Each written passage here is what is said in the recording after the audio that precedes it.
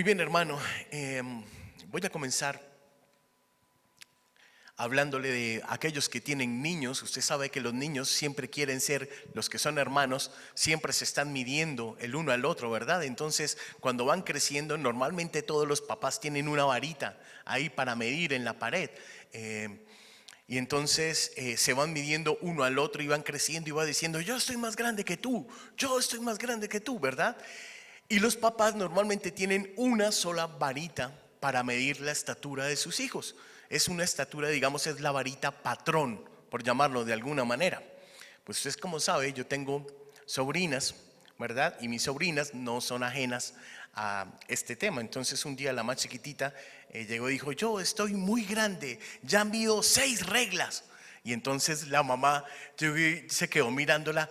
Tú sabes que la regla nuestra son de 30 centímetros, la regla normal, ¿no? Y entonces, ¿mides 6 reglas? O sea que eres así de grande, un 80.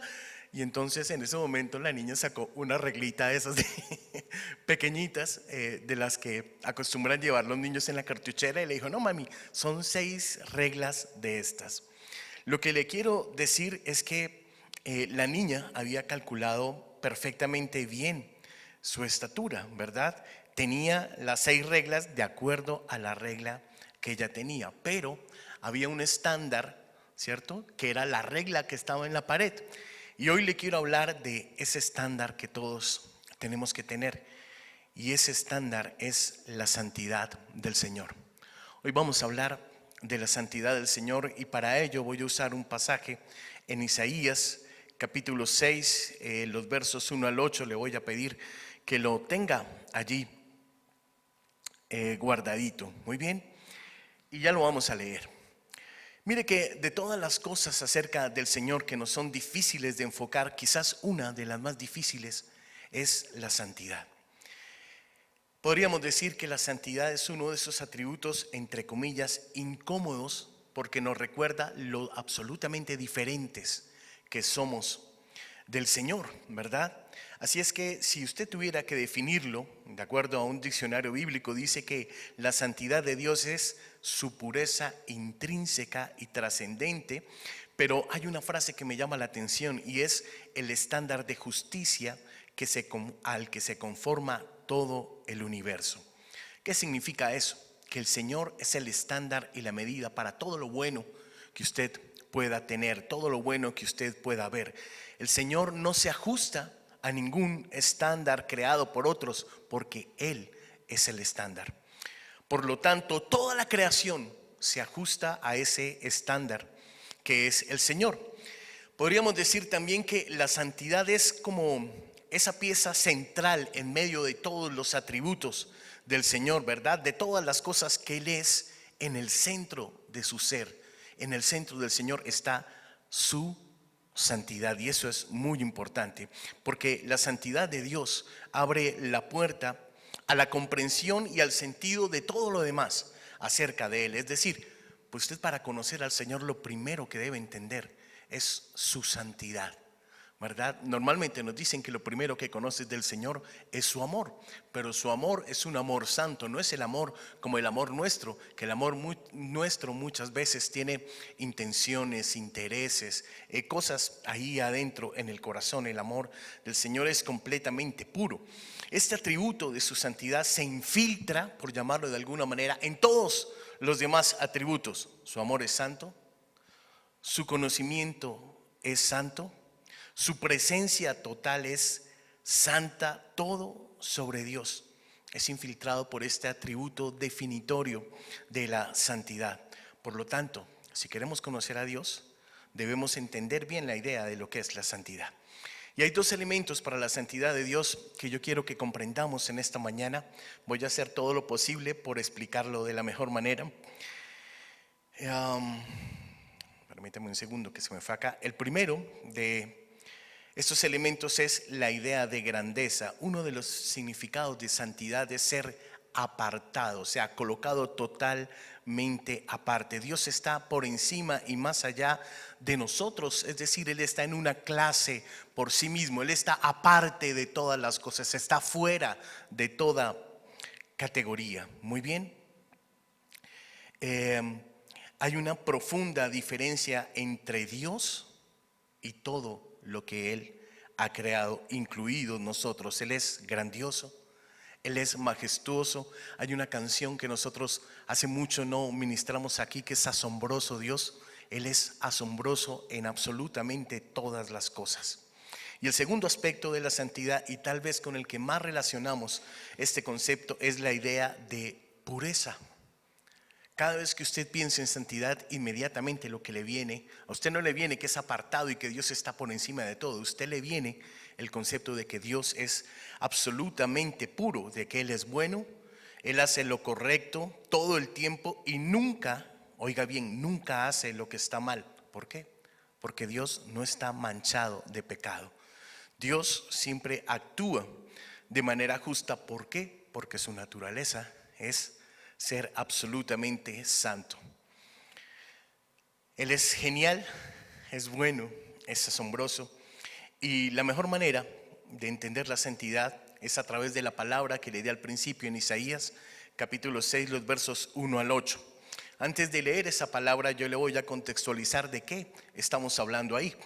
La mayor parte, este es el escenario, este pasaje es el escenario después de la muerte del rey Usías, que fue uno de los mejores reyes de Israel. Este rey estuvo en el trono durante 52 años. Si usted quiere conocer algo más de este rey, lo puede consultar ahí en Segunda de Crónicas capítulo 26. Tarea, hermano.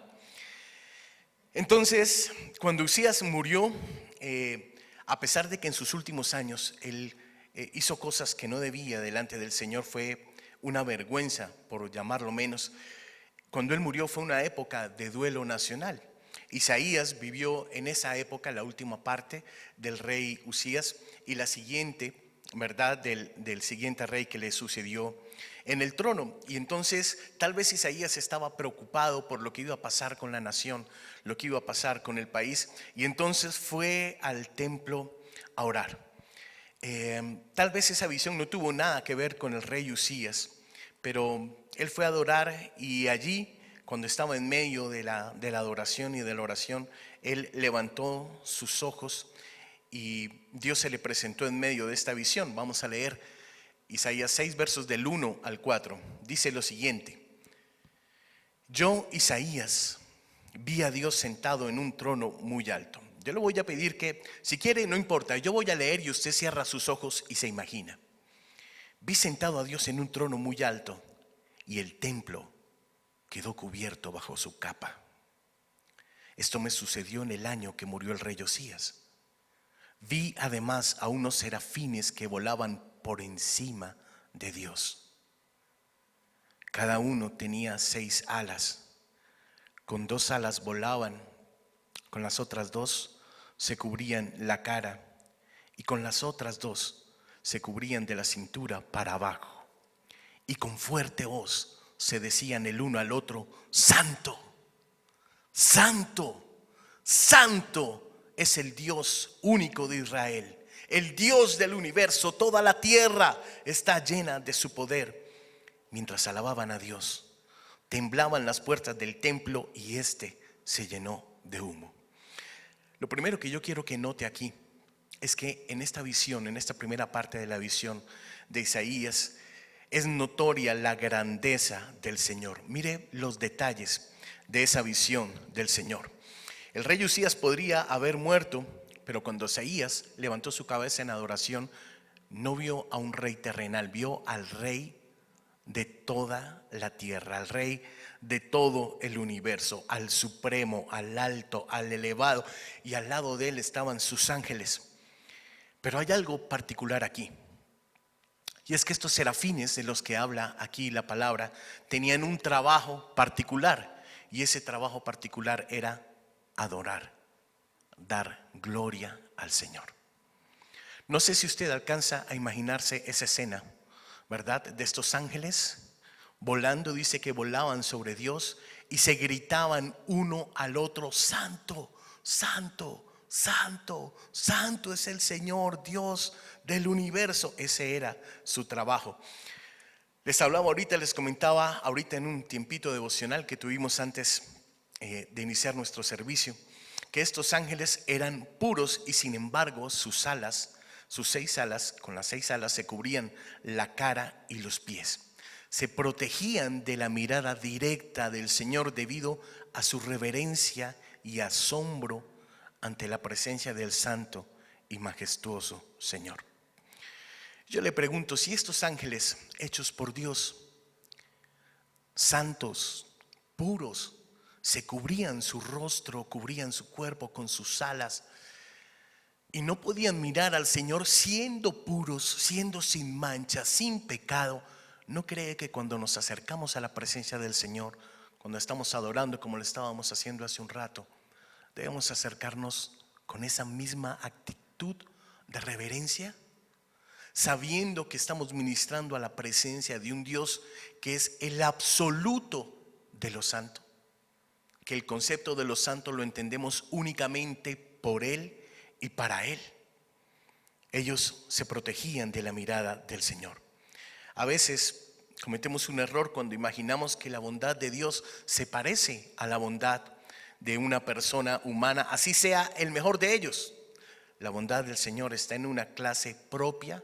La bondad del Señor está en una clase personal, está aparte de todas las cosas y es única. Nada se puede comparar con la bondad del Señor, ni siquiera la bondad más alta del mejor de todos los seres humanos, porque aún el mejor de nosotros es imperfecto delante del Señor. La pureza del Señor hace que un ángel sin pecado no pueda descubrir su rostro. La bondad del Señor hace que un ángel sin pecado cubra su cuerpo con sus alas. Muy bien. Veíamos ahí en el verso 3 que la ocupación de las serafines era alabar al Señor. Un grupo de serafines grita y tal vez el otro grupo le responde mientras Isaías miraba en silencio, totalmente sorprendido por esa visión que estaba ante sus ojos. Tal vez ese grito de los ángeles ahí y él mirando sonaría una y otra vez: santo, santo, santo. La sustancia de esas canciones, la sustancia de ese cántico era la esencia misma de Dios, la declaración de su santidad. Y realmente, eso que le estoy hablando, es el quid de la visión de Isaías, porque la canción de los serafines revela el asombroso mensaje del Señor y el enfoque principal de esa canción es la repetición de una sola palabra: santo, santo, santo. Si usted lee todo este pasaje, usted de lo que más se acuerda es del cántico de los serafines y de que cantaban con sus alas y volaban sobre el Señor. 3 veces sucesivamente se canta la palabra santo. ¿Por qué se canta 3 veces? ¿Por qué no se canta 2? ¿Por qué no se canta 1? Porque resulta que el hebreo tiene una forma inusual de expresar sus comparativos y sus superlativos. Únicamente en 2 partes de la Biblia cantan los serafines, que solo aparecen en 2 partes, aquí en Isaías y en Apocalipsis, en el capítulo 4, en el verso 8, cantando: santo, santo es el Señor, Dios Todopoderoso, quien fue, quien es y quien vendrá. Y también ahí en Apocalipsis capítulo 4 estaba cantando los querubines alrededor del trono. Este Dios santo 3 veces, este Dios absoluto de la santidad, estos seres cercanos al Señor y familiarizados con la presencia, con lo que es Dios, ellos que lo conocen aún más que nosotros, cantaban a la santidad del Señor. Es decir, la santidad es central para quién es Dios. La santidad es central para su carácter, así como para su esencia. Dios es santo. Y veíamos hace solo un segundo que significa que está completamente separado de lo impío o de lo común. La santidad es su distinción. Y veíamos también que Dios es absolutamente independiente de toda su creación, que está fuera de ella. ¿Por qué? Porque la creación completa depende del Señor.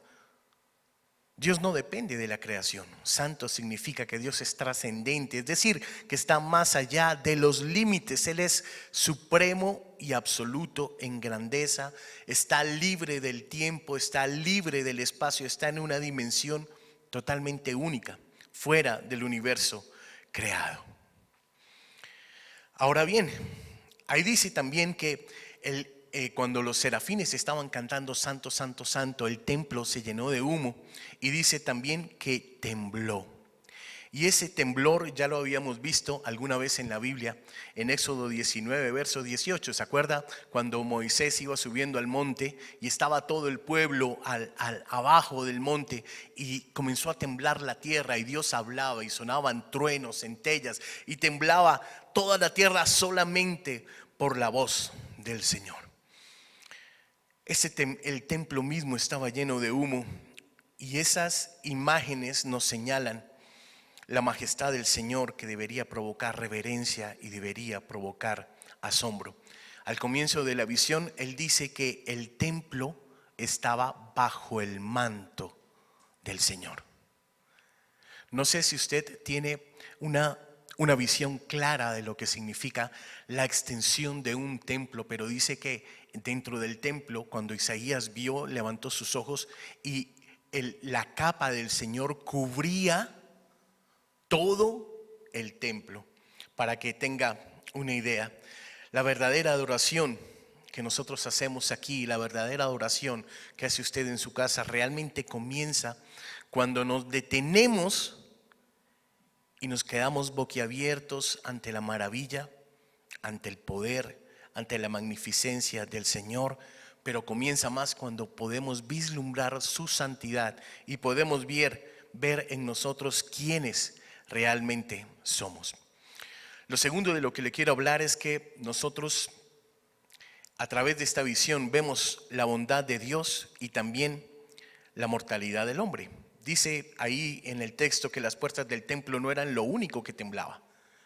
Dice que el cuerpo de Isaías también tembló.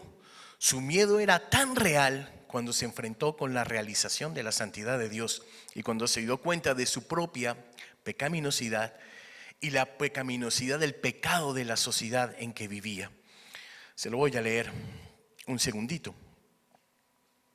Dice allí en el texto, en el comienzo, después en el verso 5 dice que Isaías exclamó: ahora sí voy a morir, porque yo soy un hombre pecador y vivo en medio de un pueblo pecador. He visto al Rey del universo y al Dios todopoderoso.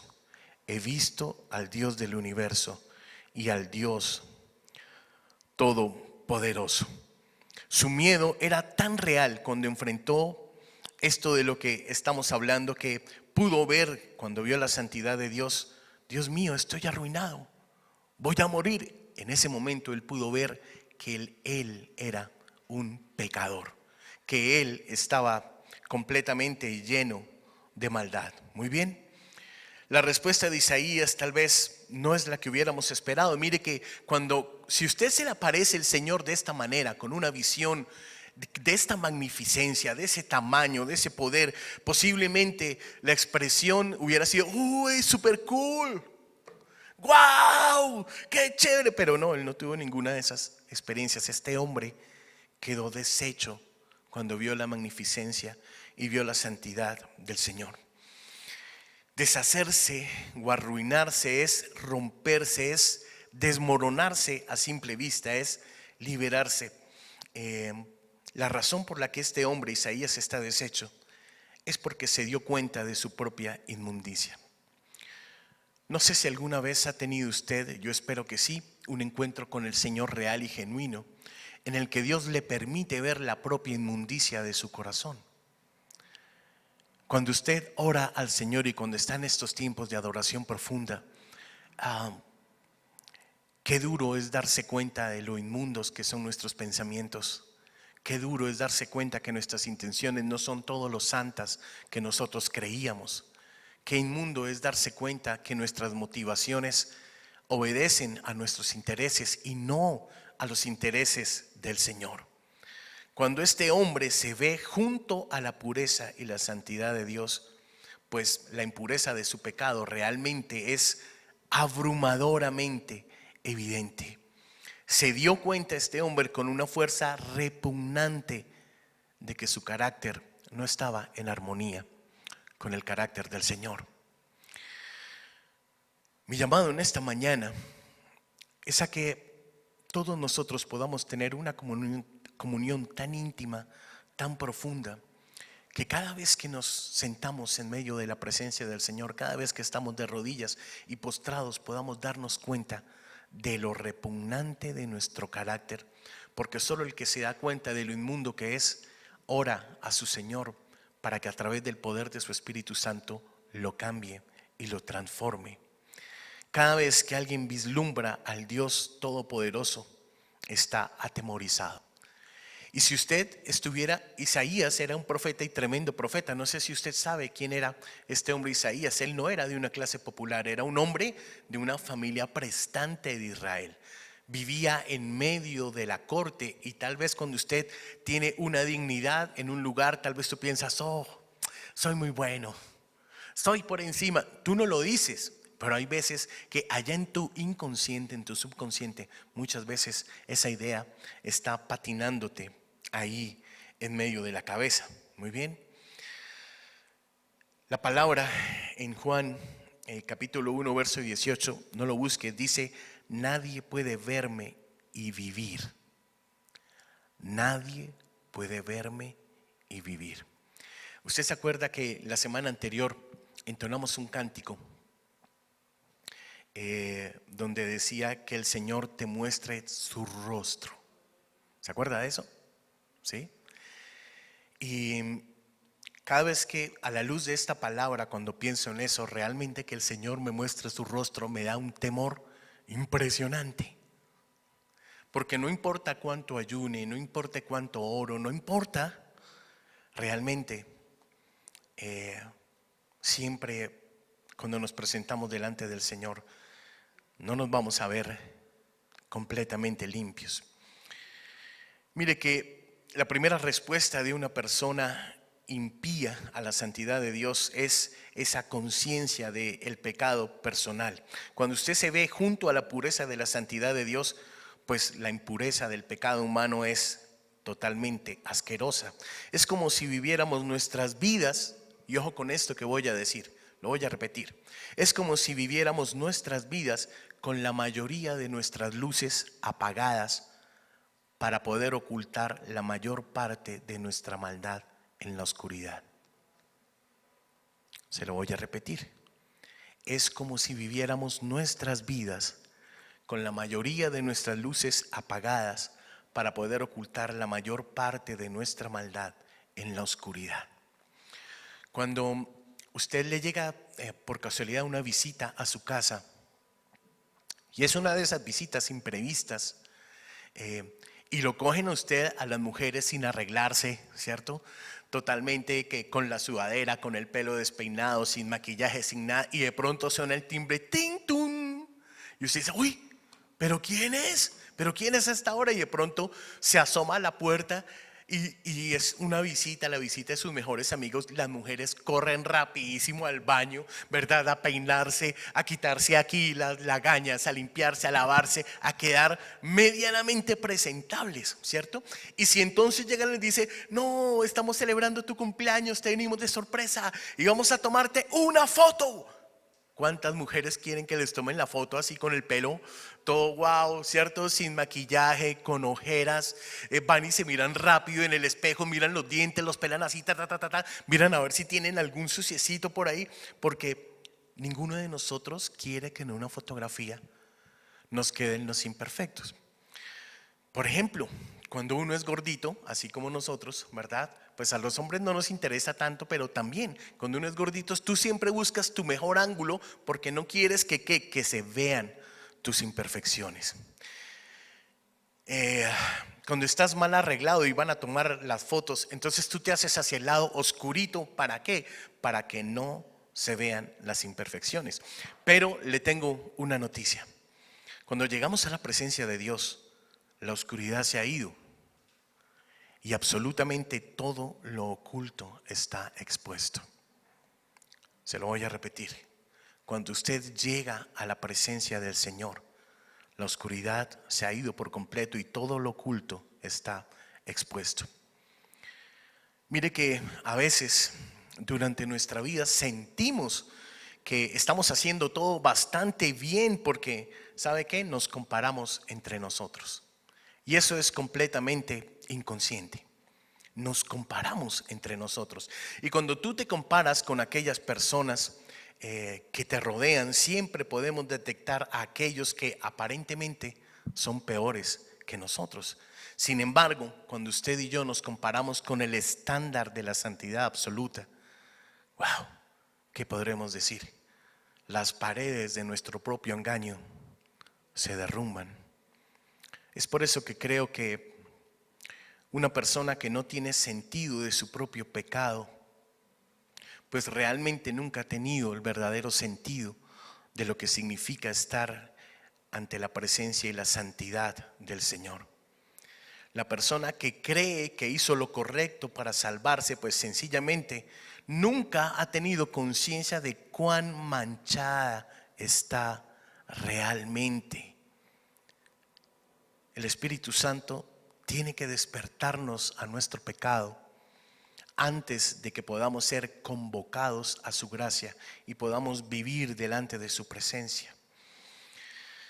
Tal vez los ojos de Isaías habían visto al Señor por primera vez en su vida. Y mire que este hombre era profeta, recibió su llamado también bastante joven. Había visto por primera vez al Señor, había entendido por primera vez quién realmente era Dios.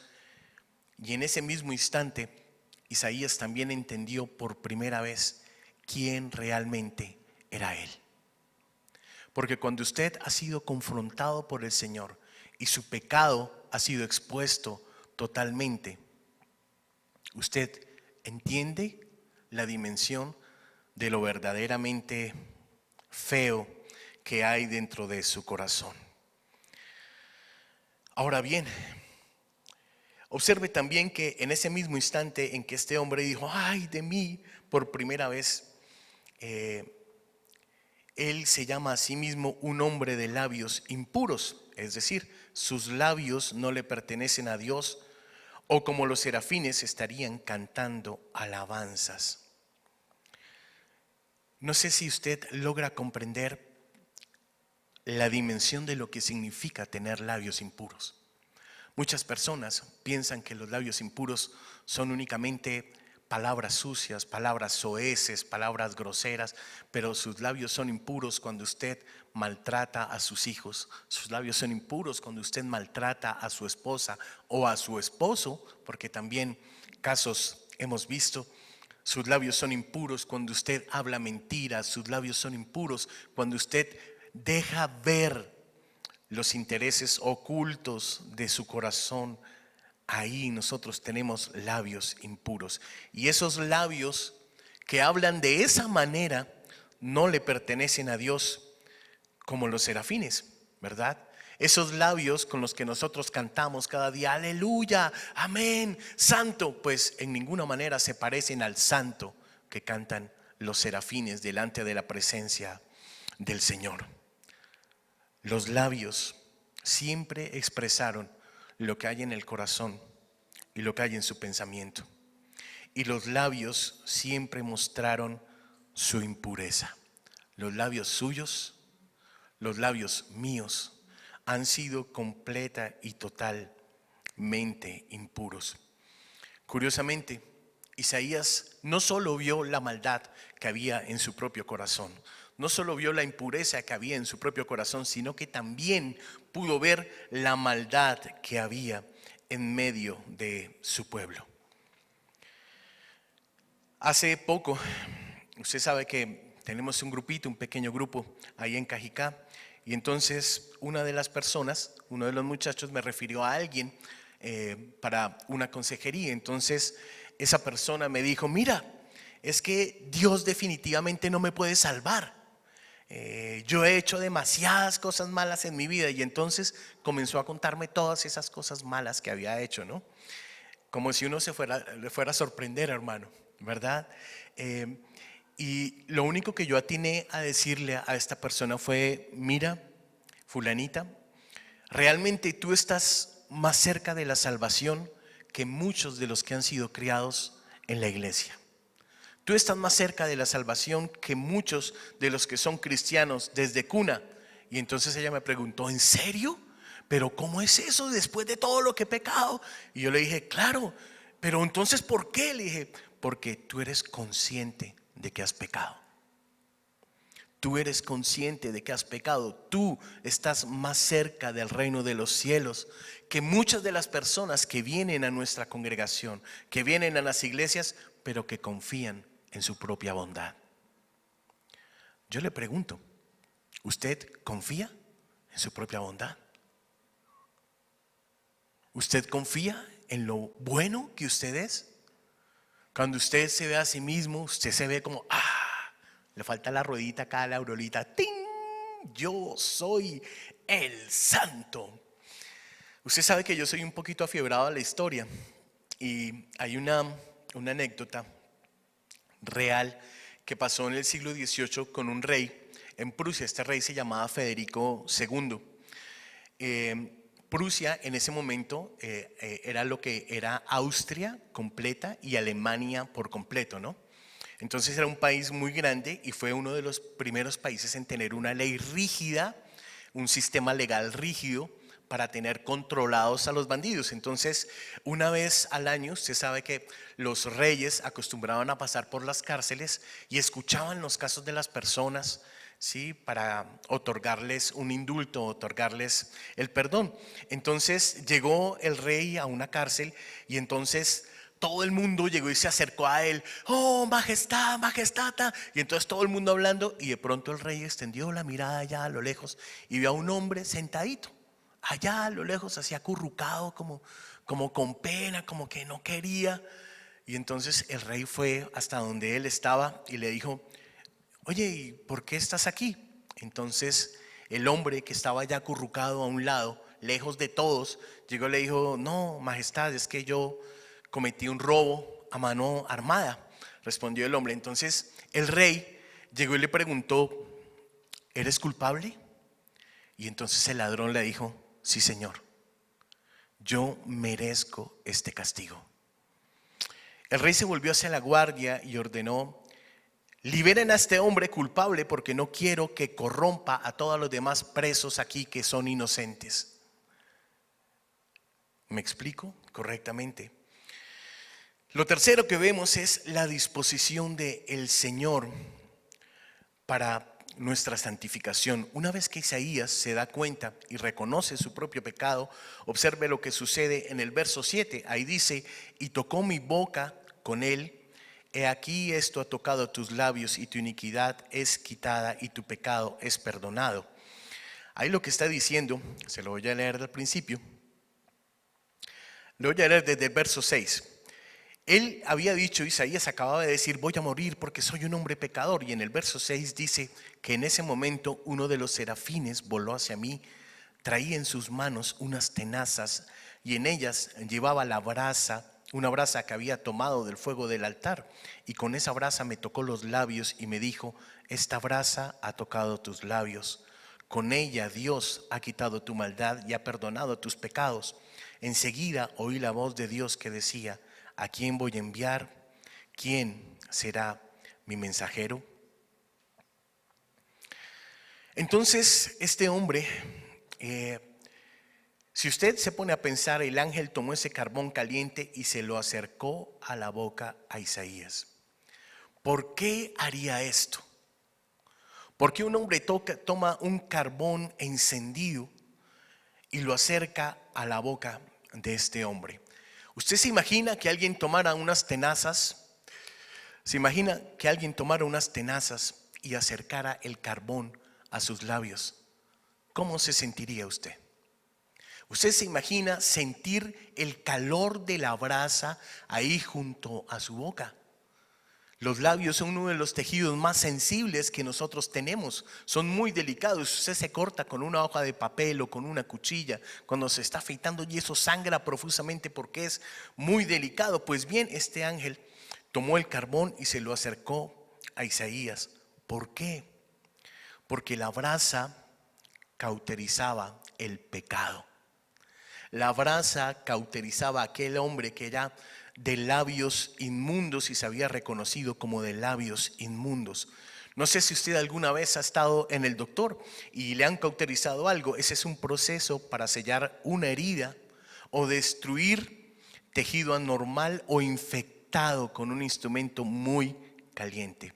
Entonces el Señor a través de esto cauteriza los labios de Isaías y elimina la impureza. Mire que la culpa de Isaías es quitada, pero no es ignorada por el Señor. Dios no dice, ay, tranquilo Isaías, olvidémoslo. No. El Señor a través de su ángel acercó el carbón y cauterizó sus labios. La culpa de Isaías fue quitada, pero ¿cómo? Pues fue pagada por el Señor Jesús. Y tal vez usted se pregunta, pero ¿cómo puede ser esto? Si Isaías vivió muchos cientos años de antes que el Señor Jesús. Pero resulta que la promesa del Señor había sido hecha. El plan estaba en su lugar. El Señor perdonó a Isaías sobre la base de lo que Cristo haría cientos y cientos de años después. Y al igual que el Señor estuvo dispuesto a perdonar a Isaías, Dios también está dispuesto a perdonarnos a usted y a mí. Encontrar el perdón del Señor en nuestra vida comienza admitiendo nuestra propia culpa. No sé si usted conoce esas personas que saben que se han equivocado, saben que la han embarrado, saben que han hablado mal, obrado mal, actuado mal, pensado bien, y cuando son descubiertos nunca lo reconocen. Tal vez esa persona hemos sido usted y yo.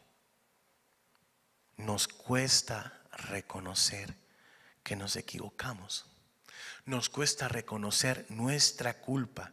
A veces insistimos en que somos inocentes cuando realmente nunca lo hemos sido. ¿Usted quiere la gracia y el perdón del Señor? Pues comience aceptando que dentro de usted ha habido cosas horribles, hermano. Comience aceptando que dentro de usted ha habido intenciones horribles. Comience colocando su fe en el sacrificio del único Hijo de Dios. Algunos de nosotros en esta mañana tal vez estamos llenos de remordimiento por lo que hemos hecho mal. Y muchos de nosotros no sabemos qué hacer al respecto. Mira que el camino hacia el Señor no es esforzándote más. No es limpiando tu acto, es únicamente por fe. Fe en que el Señor que comenzó la obra en ti, la terminará. La razón por la que somos llamados hijos de Dios no es porque seamos buenos. Esa no es la razón. La razón por la que somos llamados hijos es porque somos perdonados. Somos hijos porque somos perdonados. No somos, y somos perdonados no porque estábamos entre los mejores de la clase, no porque éramos los mejores de la iglesia, no porque somos los mejores de nuestra familia. Somos perdonados porque Cristo murió por nuestro pecado. Y cuando se experimenta el perdón de los pecados, pues se produce una respuesta amorosa de parte del Señor. No sé si alguna vez usted cometió una pilatuna cuando era niño, pero muchas veces cuando uno comete una pilatuna y uno sabe que uno merece el castigo, uno sabe que merece la corrección, y en vez de esa corrección, en vez del regaño, en vez de la justicia, se encuentra con el amor de sus padres. Eso es algo completamente liberador. Si alguna vez usted lo han perdonado de esta manera, bien sea cuando fue niño o bien sea cuando es adulto, usted y yo sabemos el descanso que uno siente cuando alguien te ha perdonado. Cuando alguien te dice, ¿sabes qué? Ya no importa, quedó atrás, no vuelvas a pecar. Fue lo mismo que el Señor le dijo a aquella mujer que había caído en adulterio. ¿Se acuerda? Levántate, yo no te juzgo, no vuelvas a pecar, vete y no vuelvas a pecar. Es lo mismo que el Señor nos está diciendo en esta mañana. Isaías quiere que el mundo conozca la grandeza, la bondad del Señor. A él no le preocupa promover su escuela de profetas, no le preocupa promover su sistema de gestión financiera, no le preocupa el curso para hablar en público, a él no le preocupa nada de eso. Lo único que le preocupa es honrar al que es digno de honor. Y cuando usted y yo tenemos conciencia de nuestra santidad y tenemos conciencia de la santidad del Señor, en ese momento podemos comenzar a honrar al Rey de Reyes y al Señor de Señores. Deje que el Señor lo limpie, deje que el Señor lo purifique. A veces ser purificado va a ser doloroso. Se lo repito, a veces ser purificado va a ser doloroso. Pero en ese momento es cuando verdaderamente podemos representar a un Dios puro y santo. Para concluir, debería ser obvio que no hay mejor manera de usar nuestro tiempo que usarlo para la gloria del Señor. No hay nada mejor, no hay nadie más grande, no hay nadie más digno que nuestro Rey. Él es nuestra vida, Él es nuestra esperanza, Él es nuestra alegría. Por eso estamos aquí sirviéndoles al Señor y al Rey de Reyes. Y lo hacemos cada día sin importar si estamos trasnochados, sin importar si estamos cansados, sin importar si nuestra semana estuvo pesado. ¿Sabe por qué? Porque Dios es nuestro descanso y tenemos tanto que agradecer al Señor. Tenemos tanto por qué darle gracias a nuestro Rey por su salvación, por su perdón, por su misericordia y porque nos permite estar aquí a pesar de nuestra propia inmundicia, a pesar de nuestros pecados, a pesar de que Dios está trabajando con nosotros. Él nos permite estar aquí. Y yo quiero que usted jamás pierda de vista que la misericordia del Señor sobre su vida ha sido grande, eterna. Si usted se toma en serio la santidad, significa que usted debe hacer un cambio significativo en su vida. ¿Y sabe algo? Los cambios significativos en la vida de uno provocan resistencia. Casi todos nosotros somos resistentes al cambio. Cuando usted lo van a cambiar de trabajo, muchas veces usted dice: no, pero ¿por qué? No, pero si ya había hecho equipo con ese, ya me acostumbré aquí, pastor, y ahora trabajar con ese que es una caspa. No, pastor, ¿verdad? Somos resistentes al cambio, así somos nosotros, ¿verdad? Sin embargo, cuando entendemos la misericordia y la gracia del Señor, si tenemos algún sentido de lo que es la santidad del Señor, querremos sacar todo lo que ocupa el lugar del Señor en nuestra vida. Usted, hermano, debe comenzar a hacer cambios en su entretenimiento. Usted debe comenzar a hacer cambios en el uso de su tiempo. Usted debe comenzar a hacer cambios en la forma en que gasta su dinero. Usted debe comenzar a hacer cambios en la forma que habla, en la forma en que usted hace su trabajo. Usted debe hacer cambios en la forma en que trata a los demás. Y finalmente, usted debe hacer cambios en la forma que usted adora. Deje de compararse con los demás. Deje de medirse con las demás personas. Mídase usted con el estándar correcto, y el estándar correcto es Cristo Jesús. Cuando medimos nuestras vidas según los estándares del Señor, nos vamos a ver a nosotros mismos, y a veces te va a doler, y enfrentar la verdad muchísimas veces es doloroso, pero usted y yo debemos aceptar la responsabilidad de nuestro comportamiento. Padre mío, te bendecimos a ti, Señor. Le voy a pedir que ahí donde usted está, cierre sus ojos solo un segundo. Señor, tú conoces nuestro corazón, conoces el corazón de todas las personas que están viendo en esta hora, Señor. Conoces que tal vez nuestros corazones están llenos de buenas intenciones, llenos de buenos propósitos, Señor, pero que muchas veces tenemos motivaciones equivocadas, mi Rey. Acciones equivocadas, palabras equivocadas, proceder equivocado, Dios. Tú eres Dios, eres nuestro Dios.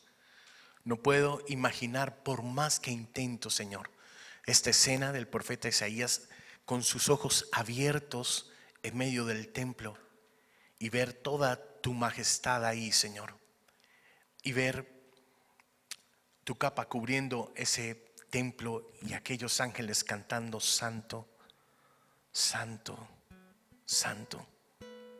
santo. Yo le invito ahí que cierre sus ojos en donde está. Dile: santo, santo eres tu Dios.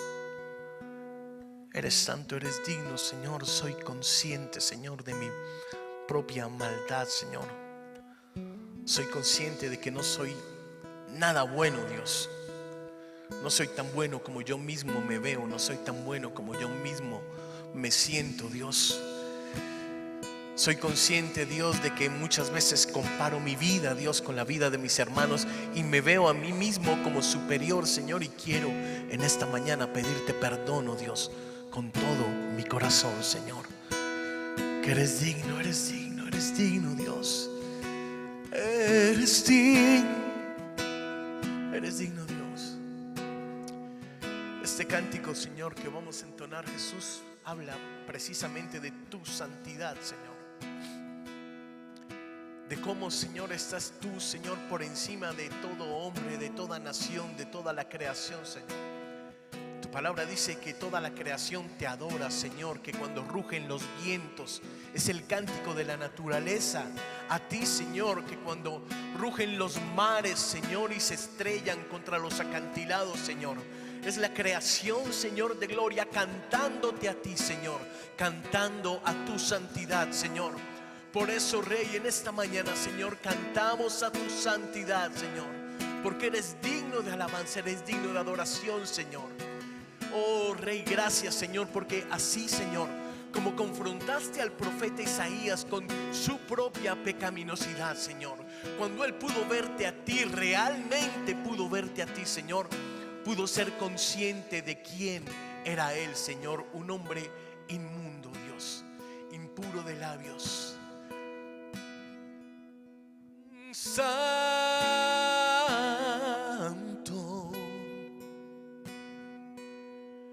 santo,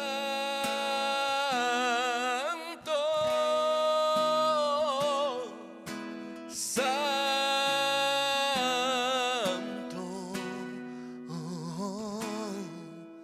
santo es Él.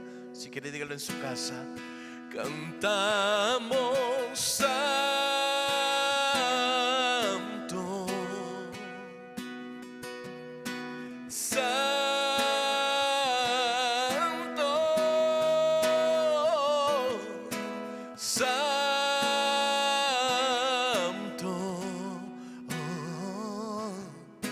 santo es el Señor. Como los serafines,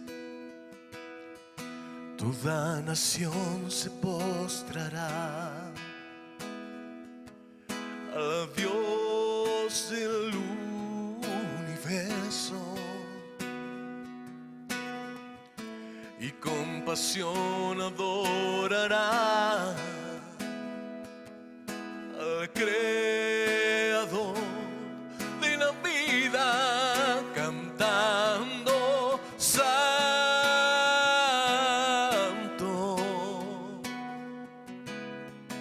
santo,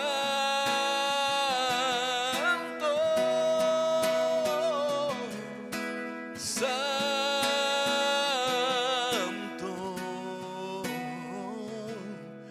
santo es el Señor. Señor, permite que en esta mañana todo aquel que está viendo, Señor, este mensaje sea consciente de que no es poca cosa encontrarse contigo, Señor. Sea consciente de que no es poca cosa poderte ver frente a frente y ver toda esa majestad, Señor. Y que con el solo cántico de los querubines, con la sola alabanza cantando santo, santo, santo, temblaban las puertas del templo, oh Rey. Sabes, oh Rey, anhelo, Dios, en que un día, Señor, cuando estemos aquí, Señor, en medio de la alabanza, Dios, tu presencia y tu majestad se puedan presentar de una manera tan clara, que todos seamos conscientes que somos pecadores y seamos agradecidos, Señor, por la gracia y el amor que nos salvó, Señor. Te damos a ti, oh Rey, toda gloria, toda honra en esta mañana y por siempre, Dios, al santo, santo, santo, al único, al verdadero, al eterno, al poderoso, al misericordioso, al perfecto Rey de Reyes y Señor de Señores. Hermano, le bendigo y deseo que tenga un muy feliz resto de día.